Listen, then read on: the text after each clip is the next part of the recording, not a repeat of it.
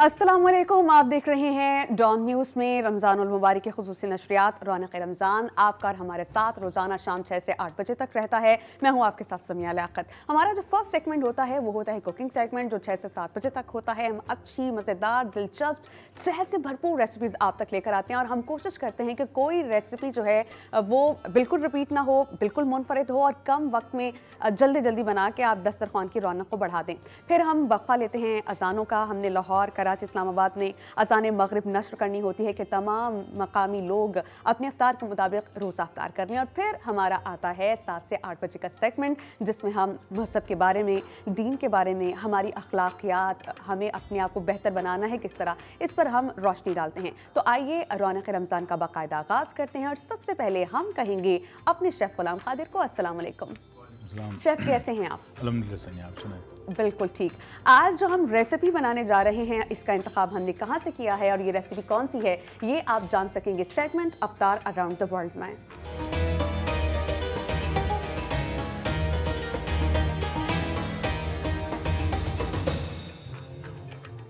Recipe क्या है ये हमें बताएंगे शेफ़ गुलाम कादिर। गुलाम, हमें बताइएगा कि हम आज क्या बनाने जा रहे हैं और किस कंट्री से आपने इस रेसिपी का इंतखाब किया है?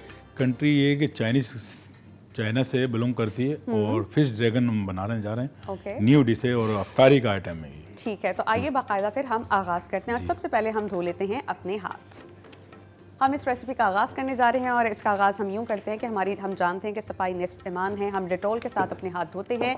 डेटॉल ने अपनी एक जो प्रोडक्ट है वो लॉन्च करवाई है। इसके बारे में बता देती हूँ। नई प्रोडक्ट है जिसका फार्मूला ही यही है कि beautiful skin is germ free skin. तो जब आप अपने हाथ धो लेते हैं, चेहरे पे एक्नी नहीं होते, तो क्या होता है कि आपकी स्किन बिल्कुल ठीक रहती है। इसका फार्मूला हमारी स्किन को सॉफ्ट रखता है, मॉइस्चराइज रखता है और महकती से खुशबू हमें देता है। तो आई वुड सजेस्ट कि आप इनकी नई प्रोडक्ट को ज़रूर इस्तेमाल करें, डेटॉल स्किन केयर। अब हम चलते हैं शेफ़ की जानिब जो अपने हाथ धो चुके हैं। शेफ़, हमें सबसे पहले इसके इंग्रेडिएंट्स बताइएगा। इंग्रेडिएंट्स मेरे पास ये है कि 300 ग्राम फिश है, रेड स्नैपर लिए मैंने, 1 एग लिए है, 10 ग्राम लेमन जूस है, 10 ग्राम सोया सॉस, 5 ग्राम गार्लिक और 5 ग्राम ब्लैक पेपर और सॉल्ट है। ठीक, ये जो रेसिपी है इसके इंग्रेडिएंट्स आपने हमें बता दिए हैं। ये बताइए कि इसी मैरिनेशन को हमें कितना टाइम चाहिए होगा और मैरिनेशन के बाद ये डिश कितनी जल्दी तैयार हो जाएगी? मैरिनेशन के लिए 10 से 15 मिनट चाहिए होते हैं, जो हम करके इसको थोड़ी देर छोड़ देंगे। उसके बाद अगले प्रोसीजर पे हम जाएंगे, वो हम आपको दिखाते हैं। तो चलिए फिर स्टार्ट करते हैं। सबसे पहले हमने इसको गार्लिक डालनी है। सबसे पहले हम अदरक लेंगे। अब फिश कौन सी है इसमें chef Ghulam Qadir? Red snapper fish है, red snapper. Okay, red sniper. अच्छा, रेड स्नाइपर अच्छी मछली होती है और नायाब भी होती है, जैसे सैल्मन है, जैसे ट्राउट है। सोया सॉस और सॉल्ट है, ब्लैक पेपर है। ठीक, ये हमने इसकी मैरिनेशन के लिए तमाम मसाला जात इसमें हम पोर कर रहे हैं। ये लेमन जूस है। अब इसको हाथ की मदद से या टीस्पून की मदद से मिक्स कर लें। ठीक। शेफ़, बहुत से लोग इसमें विनेगर का इस्तेमाल करते हैं। विनेगर का इस्तेमाल कर सकते हैं और अगर हम करें तो कितना मोहतात रहना होगा हमें सिरके का इस्तेमाल करते वक्त? सिरका देखिएगा ज़्यादातर तेज़ होता है सिरका। अच्छा। बनिस्बत लेमन जूस के। लेमन जूस का अपना टेस्ट होता है, सिरके का अपना टेस्ट और सिरका मैंने सुना गला भी देता है, बहुत गला भी देता है। तो अगर आप चाहते हैं कि आपके ब्रोकन स्लाइसेस नहीं हो इस फिश के, तो सिरके का इस्तेमाल एहतियात से कीजिए। लेकिन अच्छा होता है सिरका, जो गोश्त है उसको गला भी देता है, उसमें से जो हीट आ रही होती है उसको ख़त्म कर देता है। लेकिन इसमें हेल्प करता है लेमन और लहसुन भी। अब नेक्स्ट स्टेप क्या हमारा? नेक्स्ट ये है हमारा मांडा लिया हुआ हमने, जो कि अब इसको हम कटिंग करेंगे बारीक बारीक। अगर ये प्लेट आप हटा दें तो हमारे व्यूअर्स अच्छे से देख सकेंगे कि आप कर क्या रहे हैं। ठीक, हम बहुत बारीक बारीक इसको काट रहे हैं। शेफ, ये है कि ये भी हमारे नाज़रीन को बता दें कि क्या ये आसानी से बाजार में अवेलेबल होगा या इसे हम घर में बनाएंगे? जी, ये बाजार में मिल जाता है आसानी से, ताकि जिसमें जो आजकल समोसे चल रहे हैं और स्प्रिंग रोल चल रहे हैं, जी जी जी वही चीज़ है ये, जिसमें हम फ्राई करते हैं। ये हम उसी को लेंगे और बहुत बारीक सा थिन हमने काटना है। मैं देख रही हूँ कि chef Ghulam Qadir is very expert in cutting. इतनी थिन कटिंग ख़वातीन शायद ही है, जो एक्सपर्ट होंगी वो कर सकती हैं। नहीं, बाहर कटा हुआ भी मिल जाता है बारीक बारीक। आप उनसे कहेंगे कि तो वो मिल जाएगा उनको, कोई ऐसी बात नहीं है। मगर एक ये नया स्टाइल है, ये देखिएगा। समोसे ज़रूर खाएं आपने, स्प्रिंग रोल खाएं, ये भी एक चीज़ देख लीजिएगा। तो समोसे, पकौड़े, कचौरी से हट के एक बार हमने आपको स्टफ्ड चिकन पॉकेट्स भी बना के दिखाई थी, फिर इसी तरह हमने ब्रेड रोल्स भी आपको बना के दिखाए थे उनकी पॉकेट्स, और अब हम उसी से मिलता जुलता एक अपना जो है वो रेसिपी बना रहे हैं, और वो उस रेसिपी का नाम है फिश ड्रैगन। ये चाइनीज़ रेसिपी है, इसमें बहुत बारीक हम समोसा पट्टी को काट रहे हैं and it can take time. मैं देख रही हूँ कि शेफ़ गुलाम कादिर बहुत बारीक थिन उसकी ना कटिंग कर रहे हैं, और मुझे लगता है for me it is very difficult. ये हम कितना करेंगे शेफ़? जो आपने कटिंग कर लिया है ये कितनी होनी चाहिए मकदार में? मकदार में 200 ग्राम होना चाहिए कम से कम। ये मैंने इसको अच्छी तरह हाथ से खोल दिया है। ठीक, कटिंग करने के बाद हम इसको खोल लेंगे, और हमारी फिश जो है उतनी देर में हम मैरिनेट करने के लिए हमने रखी हुई है। मैरिनेशन के अज्जा इंग्रेडिएंट्स बहुत ही आसान है। अपने फिश लेनी है, उसमें हमने lemon juice, garlic, salt, paper, और क्या हमने ऐड किया इसमें शेफ? लेमन जूस है, सोया सॉस है, सही, और गार्लिक है, ब्लैक पेपर। हाँ, ब्लैक पेपर भी था, that I forgot to mention. ये मैंने इसमें रख लिया। अगला प्रोसीजर, अब इसके अंदर हम एग्स और फ्लोर मिलाएंगे। ठीक, कुछ डिफरेंट लग रहा है मुझे। इस तरह की रेसिपी मैंने इससे पहले नहीं देखी, वरना आपको होता है ना कि आपके कोई रेसिपी नज़रों से गुजरी हो, आपने सुना हुआ हो उसके बारे में, but I haven't heard about it. ये देखिएगा, ताकि ज़्यादा भी नहीं डाले। ये कॉर्नफ्लोर था? नो, या मैदा? ये मैदा था, फ्लोर था। जी, इसको अच्छी तरह हमने अंडे को उसमें ऐड किया है, और उसके बाद हमने थोड़ा सा मैदा, और ये किस मकसद के लिए? इसको क्रिस्पी बनाने के लिए, कोटिंग लेयर जी जी जी, इसकी कोटिंग लेयर है ताकि आसानी से ये चिपक भी जाता है। मैरिनेशन के लिए छोड़ देना है, और उसके बाद हम इसमें ऐड करेंगे थोड़ा सा एग, 1 से 2 टेबलस्पून, और तकरीबन 1 टेबलस्पून हम इसमें मैदा ऐड करेंगे। इसको अगर हम फ्राई करते हैं, कभी आपने देखा होगा, आपने चाइनीज़ आइटम कोई खाएं तो जो ग्रेवी में आपको चिकन या फिश दिया जाता है वेल कोटेड होता है, थोड़ा सा क्रिस्पी होता है, और इसी तरह कोटिंग करके उसको फ्राई करके ग्रेवी में ऐड कर देते हैं। ये देखिएगा, इसके अंदर हमने अच्छी तरह डाल के, मेरा ख्याल है पैन हमारा जो वो पैन है ना, वो गर्म हो जाना चाहिए, क्योंकि जब हम इसको फ्राई करें तो हमारे व्यूअर्स देख भी सकें कि हम क्या कर रहे हैं। ब्यूटीफुल, ये देखिएगा। वाओ, ये जो हमने इसमें ऐड किया ना, मैं जो समझ पाई हूँ, नाज़रीन आपको भी समझा देती हूँ, जो एग है और जो हमने इसमें ऐड किया है मैदा, उसके बाद हम समोसा पट्टी को जो हमने बारीक सी कटिंग किया है ना, उसमें हम रैप कर रहे हैं। ये वो तमाम चीज़ें हैं जो मुनफरिद बनाती हैं हमारी रेसिपीज़ को, हमारे दस्तरखान की रौनक बढ़ाती हैं, और ये तमाम चीज़ें आपको होटल्स में ही मिलते हैं। जो हम कहते हैं ना, बड़ा क्रिस्पी था, डिफरेंट था, पता नहीं क्या किया हुआ था, तो ये तमाम ट्रिक्स आपको शेफ़ गुलाम कादिर सिखा रहे हैं, और जो बिल्कुल एक प्रोफेशनल टेक्निकल खूबसूरत से लुक आ रही है ना, वो आप देखें, ये बहुत डिफरेंट है, मैंने इससे पहले कभी नहीं देखा। शेफ बहुत शुक्रिया, आप इतनी दिलचस्प अच्छी रेसिपीज ला रहे हैं हमारे लिए। थैंक यू सनिया। हमारे जो व्यूअर्स हैं, अगर आप अपनी मनपसंद की कोई डिश बनवाना चाहते हैं, कोई फरमाइश करना चाहते हैं, तो आप हमारे माहिर शेफ जो बीच लग्जरी होटल और अवारी होटल से आ रहे हैं, आप उनको बता सकते हैं। इसके लिए you have to make a call, आपको 0800 14455 पे कॉल करनी होगी, इस शो का हिस्सा बनना होगा। जो आपकी फरमाइश है आप हमारे माहिर शेफ से कर सकते हैं। तो हमारा जो ऑयल है पैन में हमने पोर कर दिया है, वो गर्म हो चुका है, और अब हम इसको क्या करेंगे नेक्स्ट स्टेप? क्या हम फ्राई करेंगे शेफ? जी जी, फ्राई करेंगे, देखिएगा। अफ्तार से पहले क्विक झटपट रेसिपीज हम बना रहे हैं। दिखने में मुझे लग रहा था ये बहुत लेंथी है, बहुत मुश्किल होगा, but as we all can see कि ये डिफरेंट है, इंटरेस्टिंग है, प्यारी है। और ये जो एग और मैदा हमने इसमें ऐड किया था ना, it is for binding to, कि आपने जो समोसा पट्टी की बारीक सी थिन लेयर्स काटी हैं, उसमें आपने इसको रोल किया, अच्छे से बाइंड किया, प्रेस किया, and now it is ready to fry. और हम फ्राई कर भी रहे हैं, और आप पैन में देखिए कितनी दिलकश, मैं इसको कहूँ, खूबसूरत कहूँ, मुझे इंटरेस्टिंग सबसे ज़्यादा लग रही है, क्योंकि हमने जो हैश ब्राउन होते हैं वो इसी तरह बनते हैं ना, कि आपने बहुत बारीक से अपने पोटैटोज़ की कटिंग की, उसको इसी तरह रैप करके फ्राई किया। मुझे दिखने में ऐसा ही लग रहा है कि ड्रैगन फिश वैसी ही होगी।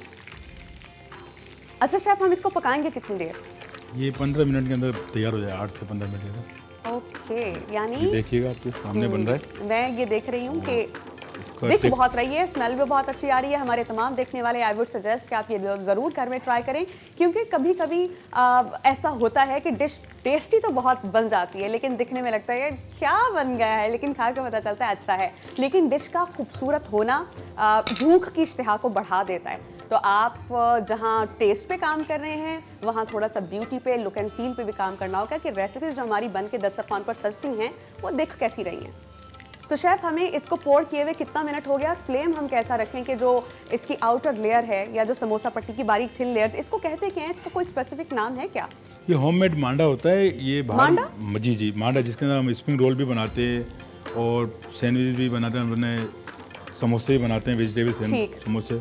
तो जब तक हमारे ये ड्रैगन फिश फ्राई हो रही है हम एक शॉर्ट ब्रेक लेंगे और उसके बाद आएंगे और फिर शेफ के पास चलेंगे कि उन्होंने आगे क्या किया। तो कीप वॉचिंग रौनक रमजान।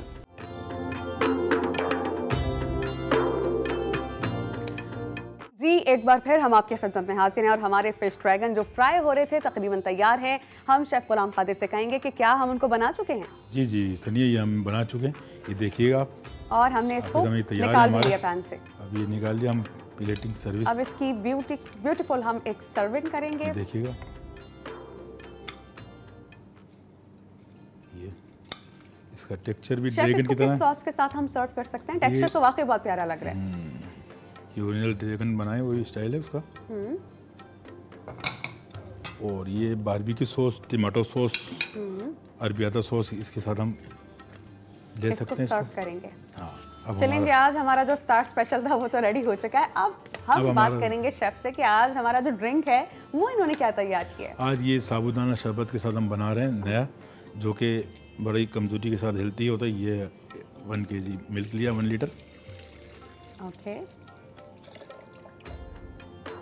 इसमें हम और क्या ऐड करेंगे? इसके अंदर हमने शुगर ऐड करनी है। ठीक। और क्रीम ऐड करनी है।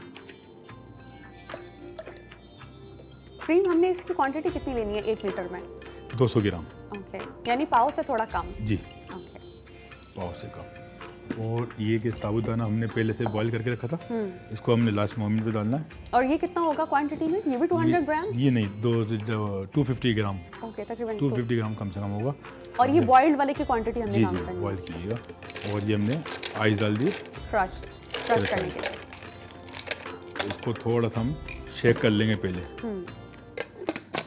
आज हम बनाने जा रहे हैं साबूदाना शरबत। इसके इंग्रेडिएंट्स बहुत आसान है। हमने इसमें मिल्क लिया है, आइस ऐड की है, चीनी ऐड की है और क्रीम हमने 200 ग्राम्स ऐड की है। हमने साबूदाना डालना है, 250 ग्राम्स साबूदाना ऐड कर देना है। आपको पता है ये स्टमक को स्ट्रॉन्ग रखने के लिए और हेल्थ पे बहुत अच्छा इम्पैक्ट डालती है। जैसे अगर कोई बीमार हो जाए तो उसके बारे में कहा गया कि अगर आपने एनर्जी लेनी है तो साबूदाने का इस्तेमाल करें, तो it is very good for health. और आज हम इसी का शरबत बना रहे हैं।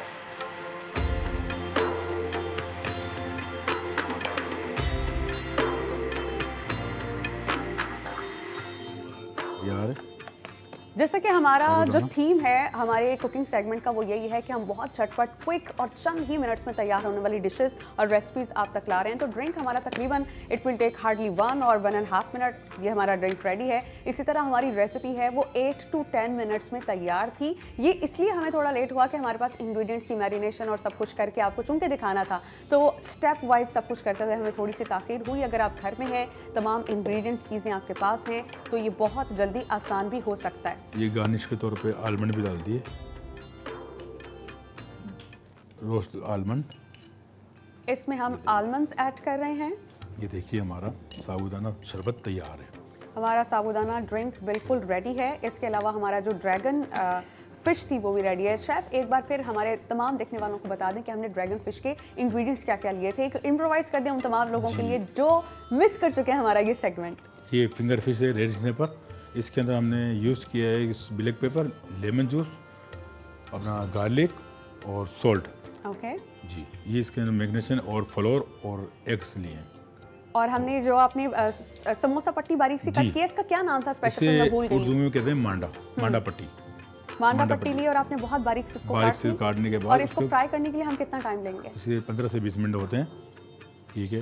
हमारे तमाम व्यूअर्स जो हमारा रेसिपी कार्ड है वो स्क्रीन पर देख सकते हैं। हम लेंगे 300 ग्राम्स रेड स्नैपर फिश, हमने गार्लिक लेना है, थोड़ा सा लेमन जूस लेंगे, सॉल्ट टू टेस्ट लेंगे, थोड़ा सा हमने सोया सॉस लेना है, ब्लैक पेपर हमने क्रश लेनी है, एक एग लेंगे और थोड़ा सा हम मैदा लेंगे और तमाम इंग्रेडिएंट्स के साथ हम मैरिनेशन कर देंगे इस फिश की। शेफ़ आपका बहुत शुक्रिया, आपने बहुत कम वक्त में बहुत अच्छी रेसिपीज़ हमारे साथ लेके आए और मैंने तो आज जो ड्रैगन फिश बनाना सीखी है, it was amazing for me. तो शेफ़ आपका बहुत शुक्रिया। हम एक ब्रेक लेंगे, हम वक्फा लेंगे नमाज़ों का, अजानों का, ताकि तमाम लोग अपना रोज़ा अफ्तार करें और उसके बाद हम हाजिर होंगे आपकी खिदमत में। अगला हमारा सेगमेंट है हमारे मुअज़्ज़िज़ उलमा किराम के साथ, जिसमें हम आज बात करेंगे एतकाफ़ की अहमियत पर। तो कीप वॉचिंग रौनक रमज़ान।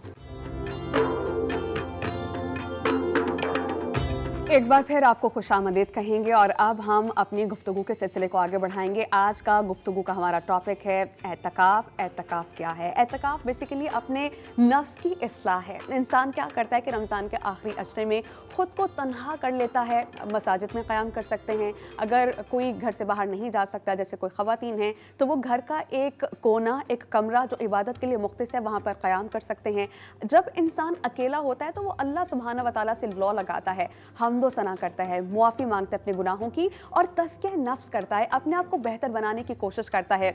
एतकाफ़ कितना इम्पॉर्टेंट है, इसकी कितनी हमें हिदायत की गई है कुरान पाक में और अहादीस मुबारका की रोशनी में हमें किस तरह एतकाफ़ करना चाहिए, इस पर हम बहुत मुफस्सिल बात करेंगे। एक ब्रेक के बाद हमें ज्वाइन करेंगे हमारे मुअज़्ज़िज़ उलमा किराम मुफ्ती नूर रहमानी साहब और डॉक्टर सरवत अस्करी साहिबा। तो कहीं नहीं जाइएगा, देखते रहिए रौनक रमज़ान।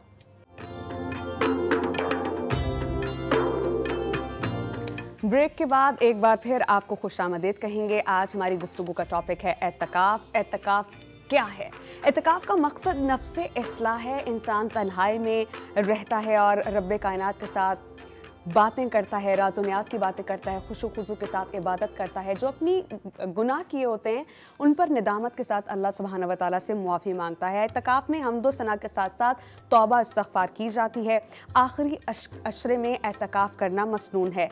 नबी करीम सल्लल्लाहु अलैहि वसल्लम भी एतकाफ़ किया करते थे और जिस साल उनका विसाल हुआ उस बार उन्होंने 10 दिन नहीं बल्कि 20 दिन का एतकाफ़ किया था।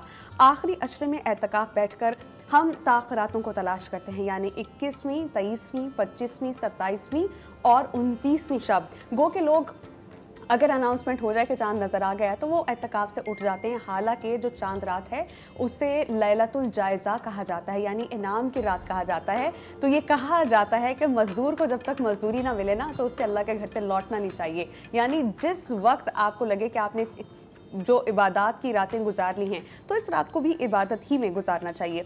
अब हम जिक्र करेंगे हज़रत आयशा रज़ी अल्लाह ताला अन्हा का, जो ये फरमाती हैं कि अल्लाह के नबी रमज़ान के आखिरी 10 दिनों में एतकाफ़ किया करते थे, यहाँ तक कि आपकी वफ़ात आन पहुँची, यानी अल्लाह पाक ने आपको वफ़ात दे दी। फिर इसी से जुड़ी एक और बात मैं आपको बताना चाहूँगी कि एतकाफ़ उन इबादत में से है जो सिर्फ हम ही नहीं, मोहम्मद के उम्मती नहीं, बल्कि हमसे पहले जो अनबिया कराम अलैहिस्सलाम गुज़रे हैं वो भी एतकाफ़ किया करते थे। और ये जो हम इसका अंदाज़ा इस बात से लगा सकते हैं कि अल्लाह सुब्हानहू व तआला ने कुरान मजीद में जो इरशाद बारी ताला फरमाया है वो मैं आपकी समातों की नज़र रखूँगी।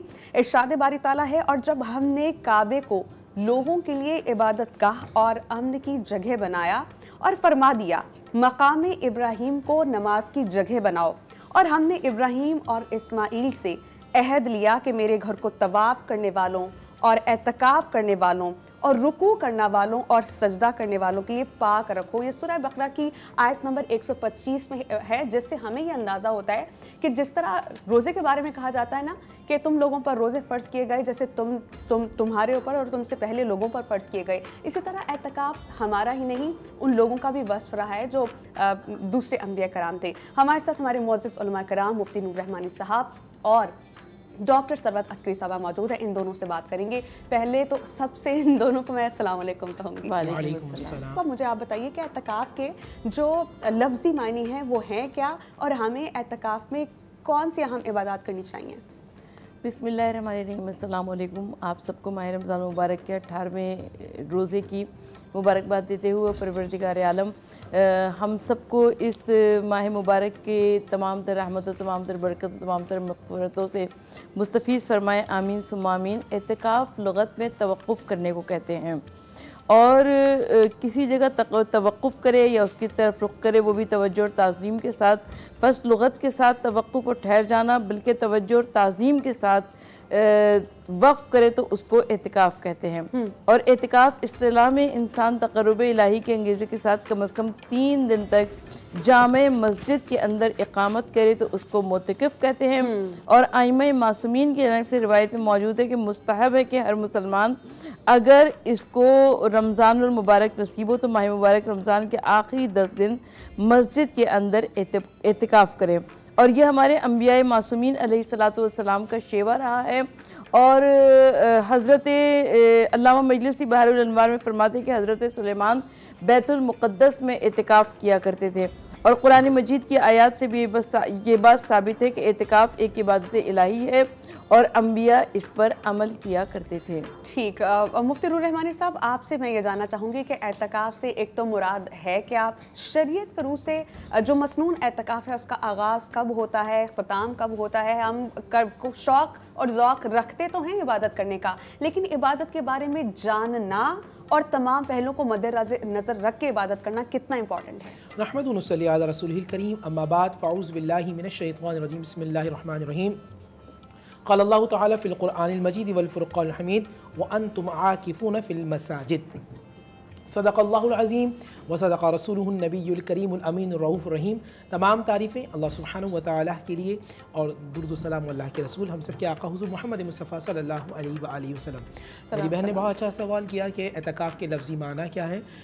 एतकाफ़ कहते हैं अता आइन, अता एक है काउफ से, काफ आइन वाव, और काफ से भी है। इसका माना ये बनता है कि रुकना, ठहर जाना।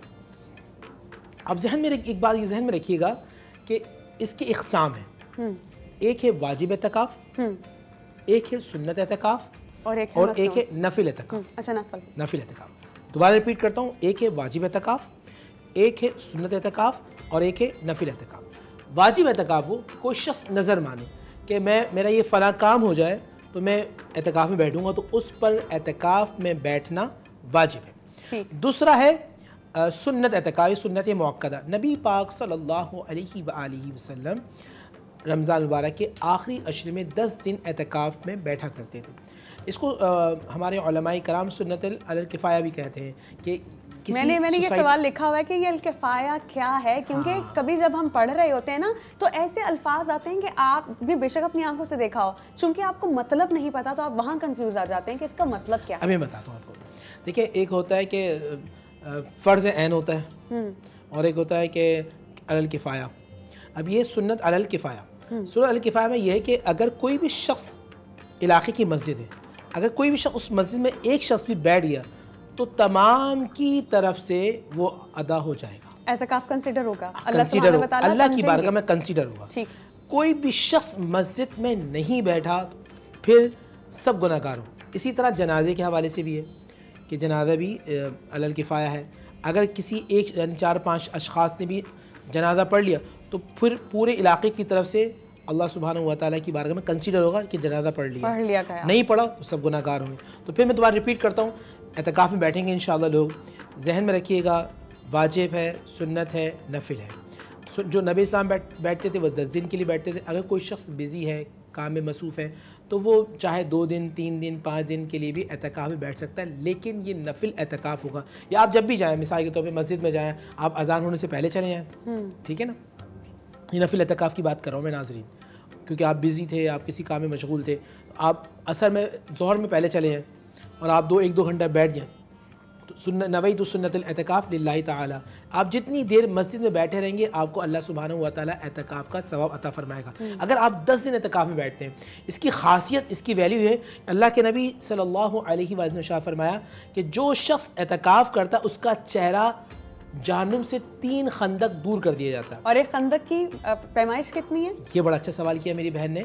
एक खंदक की पैमाइश ज़मीन और आसमान के बराबर है। यानी आपका चेहरा जब इतनी दूर कर दिया जाएगा तो आप अंदाज़ा कीजिए कि आप जहन्नुम से कितना दूर हो जाए। और आप बख्शे गए हैं। आपा, मैं आपसे जानना चाह रही हूँ कि जब कोई शख्स एतकाफ़ में बैठता है तो उसे कौन सी अहम इबादत करनी चाहिए? देखिए, ये बात तो तय है कि हम लैलतुल क़द्र की तलाश भी करते हैं, लेकिन इसके अलावा कौन सी अहम इबादत करनी चाहिए? अपनी तौबा इस्तिग़फ़ार अल्लाह सुब्हानहू व तआला से हमें कैसी करनी चाहिए? देखिए, एतिकाफ़ मस्जिद में जब हम एतिकाफ़ की गरज से रुकने की कोशिश करते हैं तो हमको वहाँ पर खल्क़े खुदा से रिश्ता तोड़ लेना होता है और अल्लाह से रिश्ता जोड़ लेना होता है। और जब अल्लाह से रिश्ता जोड़ लिया जाएगा तो सबसे पहली बात तो कि हमारे पास मोबाइल फ़ोन नहीं होना चाहिए। अब मैं यही बात आपसे करने लगी थी कि बहुत से लोग बैठते हैं एतिकाफ़ में हैं, लेकिन चाय के सेशंस हो रहे हैं, बातें चल रही हैं, लंबी फ़ोन कॉल्स चल रही हैं, दोस्त आ भी रहे हैं, जा भी रहे हैं, तो ये एतिकाफ़ तो ना हुआ। ये एतिकाफ़ तो नहीं हुआ। और बल्कि बहुत सारी जगहों पे हम ये देखते हैं कि बहुत सारे ताजिर हजरात जो कि बहुत ज़्यादा थक जाते हैं अपने बिज़ी शेड्यूल से, तो वो आराम करने की गर्ज से 3 दिन का या 5 दिन का या 7 दिन का या 10 दिन का एतिकाफ़ कर लिया करते हैं। अब जब वो उन्होंने एतिकाफ़ कर लिया तो वो इतना सोते हैं एतिकाफ़ में, इतना चैन की नींद सोते हैं कि उनकी आँखें सूज जाती हैं सोने से। लेकिन एतिकाफ़ जो है वो इबादत इलाही का नाम है, एतिकाफ़ गौर व फ़िक्र का नाम है, एतिकाफ़ मर्ज़ी परवरदिगार आलम पर राज़ी रहने का नाम है। तो जब इंसान एतिकाफ़ करता है तो वो खुदा से राज़ो न्याज़ करता है, और जब खुदा से राज़ो न्याज़ करता है तो रब्बुल आलमीन भी उससे राज़ी और खुश हो जाता है। सुभान अल्लाह। नबी करीम सल्लल्लाहु अलैहि वसल्लम ने फरमाया है कि जिसने रमज़ान मुबारक में 10 दिन का एतकाफ़ किया वो ऐसा है जैसे उस शख्स ने 2 हज अदा किए हों और 2 उम्रे अदा किए हों। इसका इस कदर सवाब है। और हम जब एतकाफ़ बैठते हैं तो इसके मसाइल क्या हैं, यानी हमें किन बातों से इज्तिनाब करना है, किन बातों को मनहूज़ खातिर रखना है और एतकाफ़ में क्या अहम काम करने हैं, बस यही आज हम जानने की कोशिश कर रहे हैं अपने मुअज़्ज़िज़ उलमा किराम से। गुफ्तगू का सिलसिला आगे बढ़ाएंगे एक ब्रेक के बाद, तो आप देखते रहिए रौनक रमज़ान।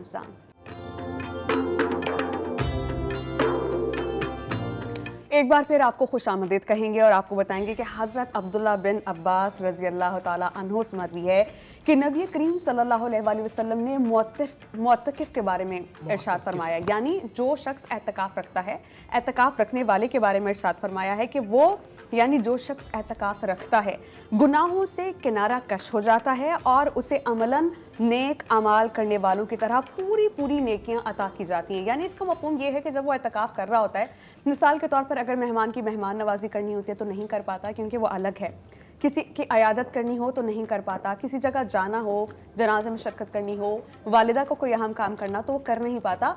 चूँकि वो अल्लाह की रज़ा के लिए एतकाफ़ में है, अल्लाह को राज़ी करने के लिए, तो अल्लाह पाक इन तमाम कामों का भी उसे अजर व सवाब देते हैं।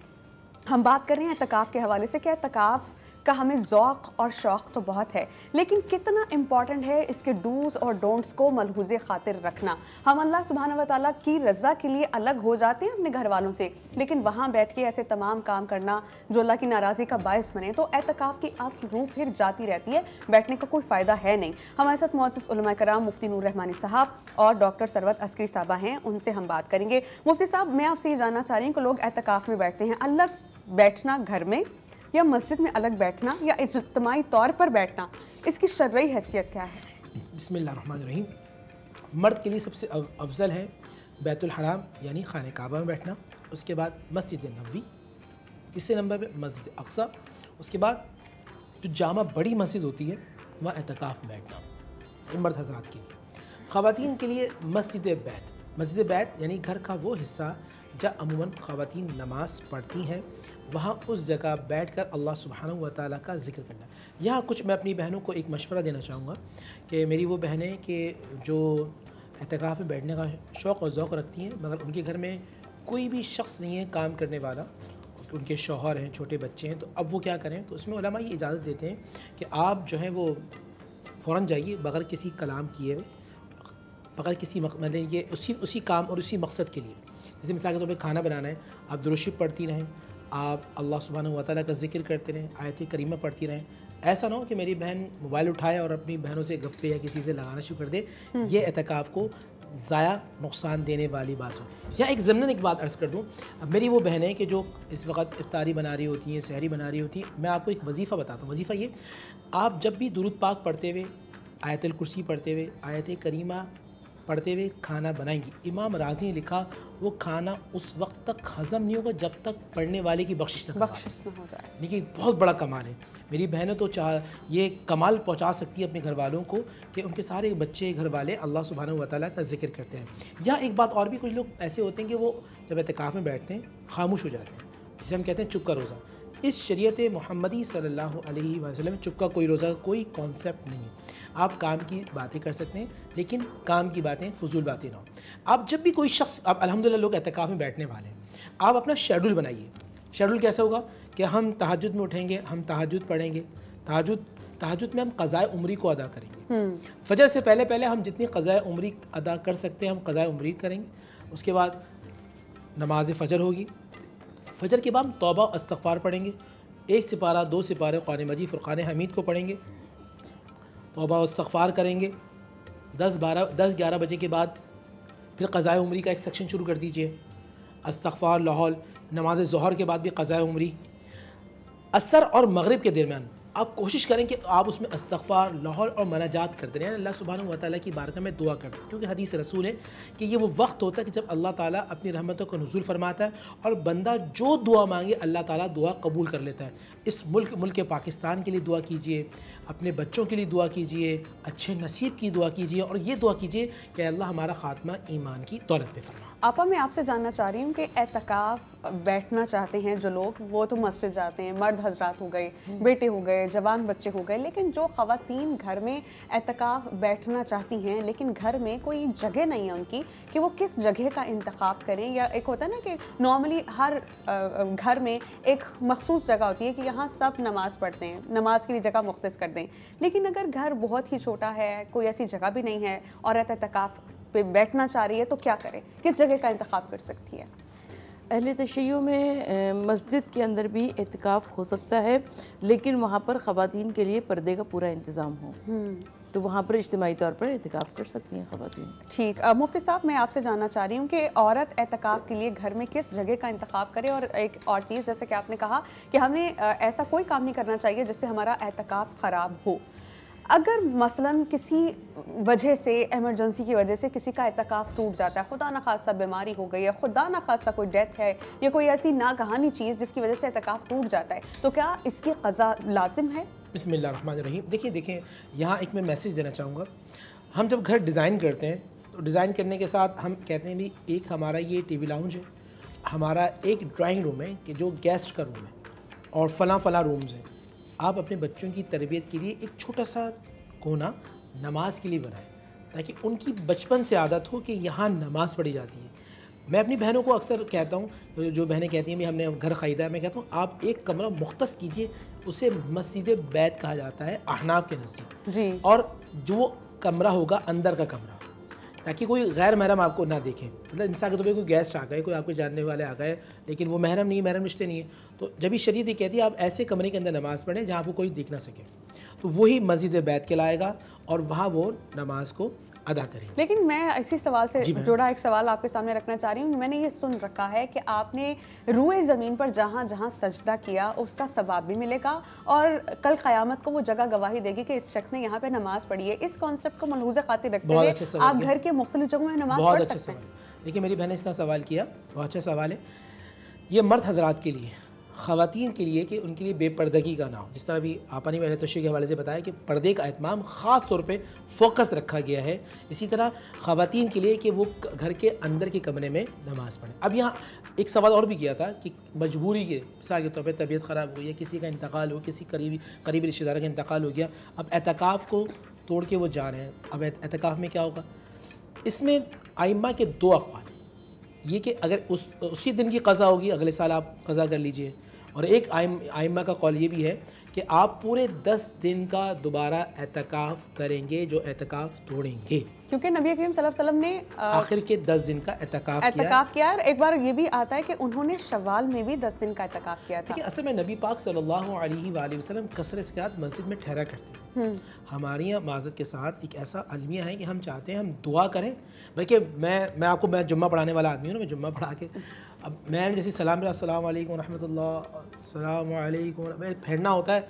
बच्चे क्या बड़े भी ऐसा भाग रहे होते हैं कि अगर मस्जिद में रुक गए, ऐसा हो आसमान से फरिश्ते नाजिल हो और आपकी बख्शिश करवा दें। इतनी रफू चक्कर होते हैं कि भाई ये वो वक्त, ये वो अय्याम होते हैं, इज्तिमाई दुआ की बड़ी बरकतें होती हैं। देखिए मैं मिसाल के तौर पे गुनाहगार हूँ, सामने जो लोग बैठे हैं, दाएं जो बैठे हैं, अल्लाह ताला इनकी आमीन सुन ले, अल्लाह किसी की पुकार सुन ले, अल्लाह किसी का रोना सुन ले, तो आप मसाजिद में जाया करें एतकाफ़ की नीयत से। अगर रमज़ान के अलावा, जिस तरह शवाल की बात की ना मैंने, हमें चाहिए हम जब भी नमाज़ पढ़ने जाएँ, मैं मर्द हजरात को आज मैसेज दे रहा हूँ इस प्रोग्राम की बरकत से, नियत कर लें। हाँ, और आप बैठें तो ये मेरी जो पूरी टीम है, प्रोड्यूसर्स, हमारे कैमरामैन, इन सब के लिए दुआ करें। क्या करना है, जब नमाज़ पढ़ने जाएंगे आप कहेंगे नवाई तो सुन्नतल एतकाफ़ लिल्लाहि ताला, आपको मस्जिद में एतकाफ़ का सवाब पूरा साल मिल जाएगा। तो मैं किस तरह इस नीयत को कर सकते हैं और कितनी देर का क़याम मिनिमम ज़रूरी है, इससे मुताल्लिक़ मुफ्ती साहब से जानूंगी, लेकिन एक ब्रेक के बाद। तो कीप वॉचिंग रौनक रमज़ान।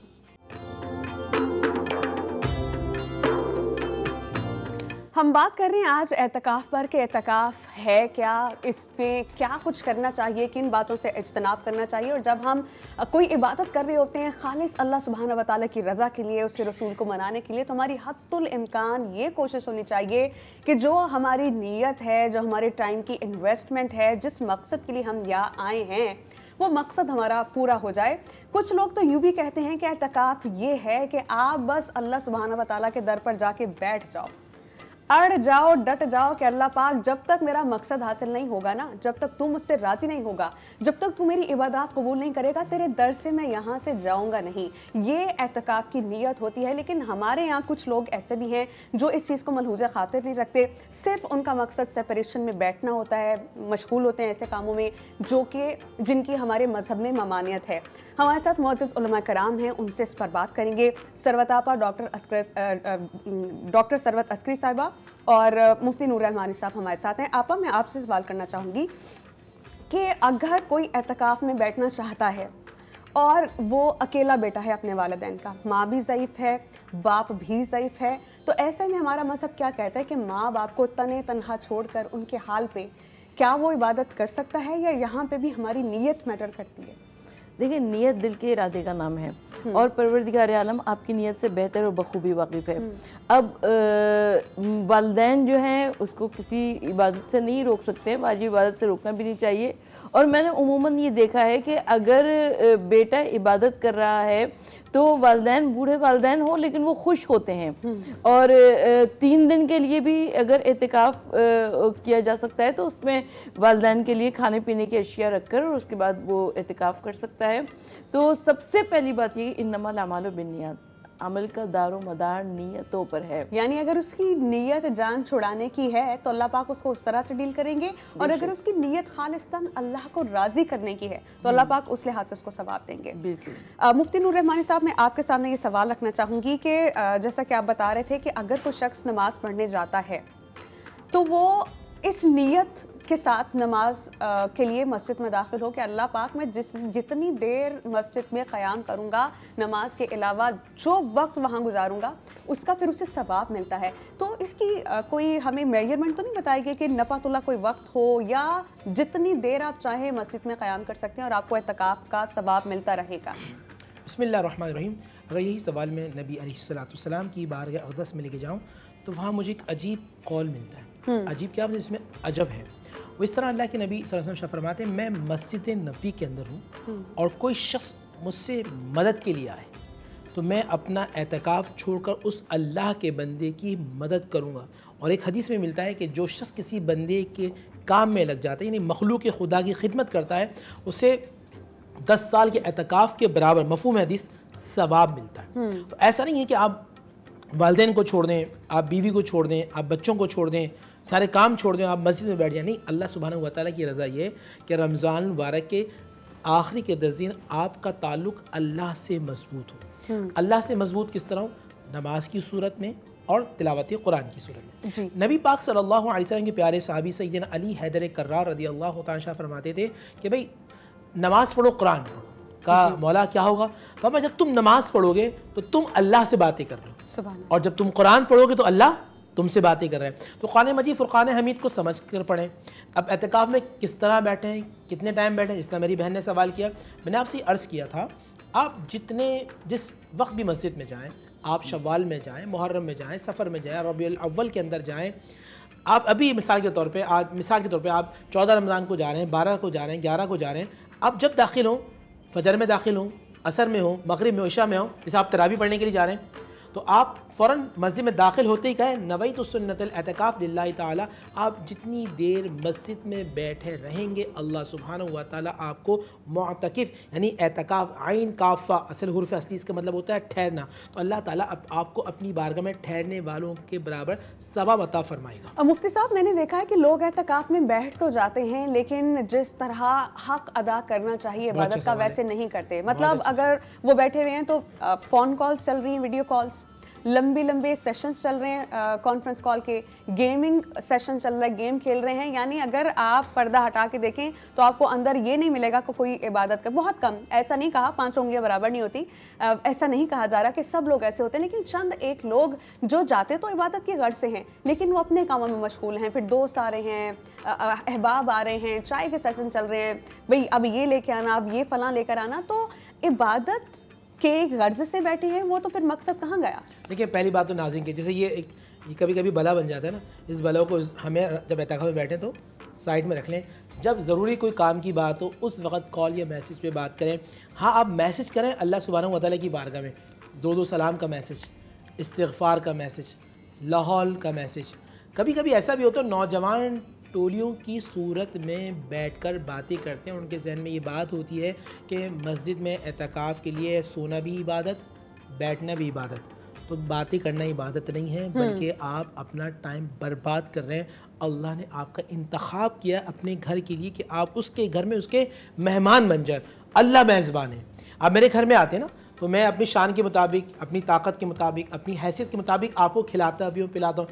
कभी सोचे तो सही यार, आपको अल्लाह ने अपने घर का मेहमान बनाया, आपको अपनी जन्नत देना चाहता है, आपको अपना प्यार देना चाहता है, आपको अपना कुर्ब देना चाहता है। तो आज से जो नौजवान बैठेंगे इंशाअल्लाह वो नियत करते हैं हम समेत कि हम बुरी बातें नहीं करेंगे, फजूल बातें नहीं करेंगे, गेम नहीं खेलेंगे, अपना ज़्यादा टाइम क़ज़ाए उम्री में लगाएंगे, कुरान की तिलावत में, इस्तिग़फ़ार और लाहौल। और कोई मिलने आएगा अल्लाह उसके रसूल की खातिर मिलेंगे, बनावट नहीं करेंगे। नाज़रीन याद रखिएगा, ये नमाज में सबसे बड़ा गुनाह ये होता है, बल्कि हदीस में आता है शिर्क के करीब है कि मैं नमाज पढ़ रहा हूँ इस नियत के साथ कि मुझे कोई देखे, मुझे नमाजी का है, मुझे इबादत गुजार का है। अल्लाह के नबी ने फरमाया ये शिर्क से बचना चाहिए। हमें किन और चीज़ों से इज्तिनाब करना चाहिए और किस तरह अल्लाह की रज़ा हासिल करने के लिए एतिकाफ़ में वो तमाम काम करने चाहिए जिससे हम अल्लाह को राज़ी कर सकते हैं, ये हम डॉक्टर सरवत अस्करी आपा से पूछेंगे, लेकिन एक ब्रेक के बाद। तो कीप वॉचिंग रौनक रमज़ान।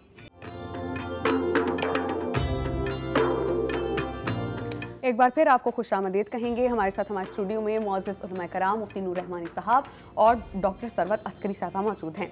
आप मुझे बताइएगा कि हमें एतिकाफ़ को किस तरह स्पेशल बनाने की ज़रूरत है। अगर कोई एतिकाफ़ में बैठ रहा है तो कौन से अहम काम करने चाहिए, किन से इज्तिनाब करना चाहिए, और कोई मैसेज देना चाहेंगे आप एतिकाफ़ में बैठने वालों को इस हवाले से?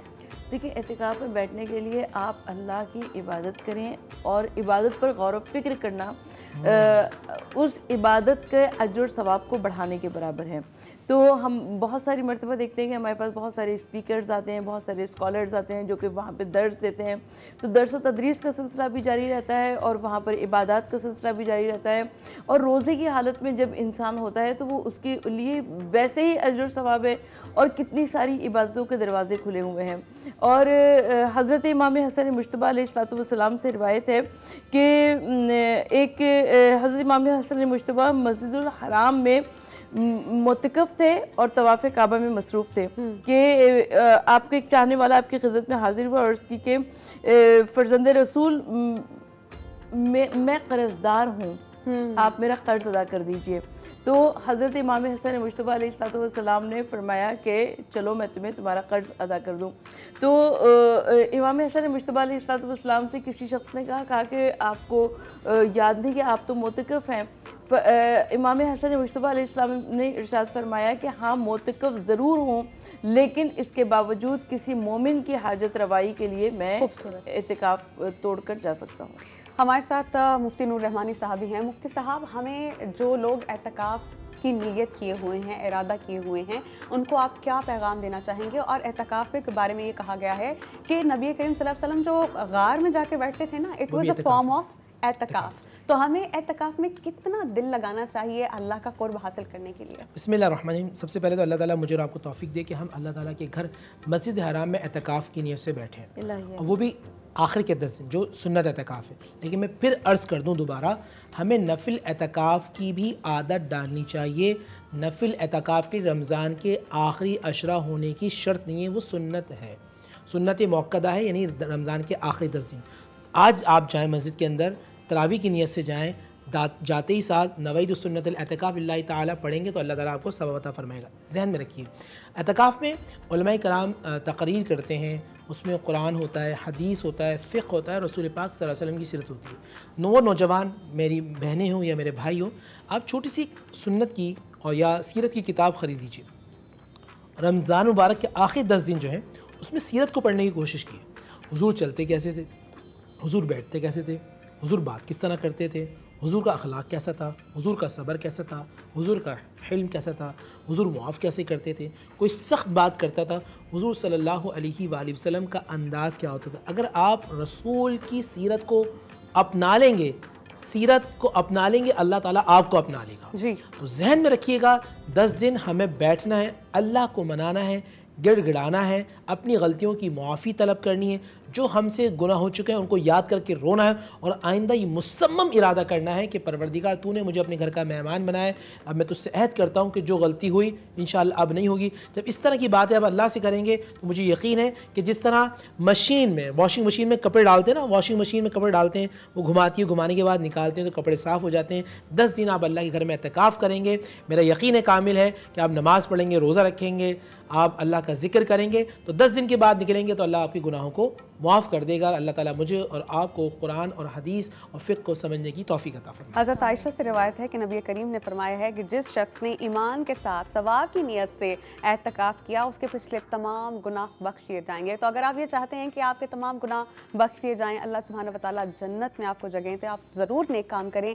आज का जो हमारा वक्त है रमज़ान ट्रांसमिशन का, वो ख़त्म हुआ चाहता है। इंशाअल्लाह कल एक नए टॉपिक के साथ आपकी खिदमत में हाजिर होंगे। मुझे समिया लियाकत को, मुफ्ती नूर रहमानी साहब को और डॉक्टर सरवत अस्करी साहिबा को इजाज़त दीजिए। कल इंशाल्लाह फिर हाजिर होंगे, तब तक के लिए अल्लाह निगहबान।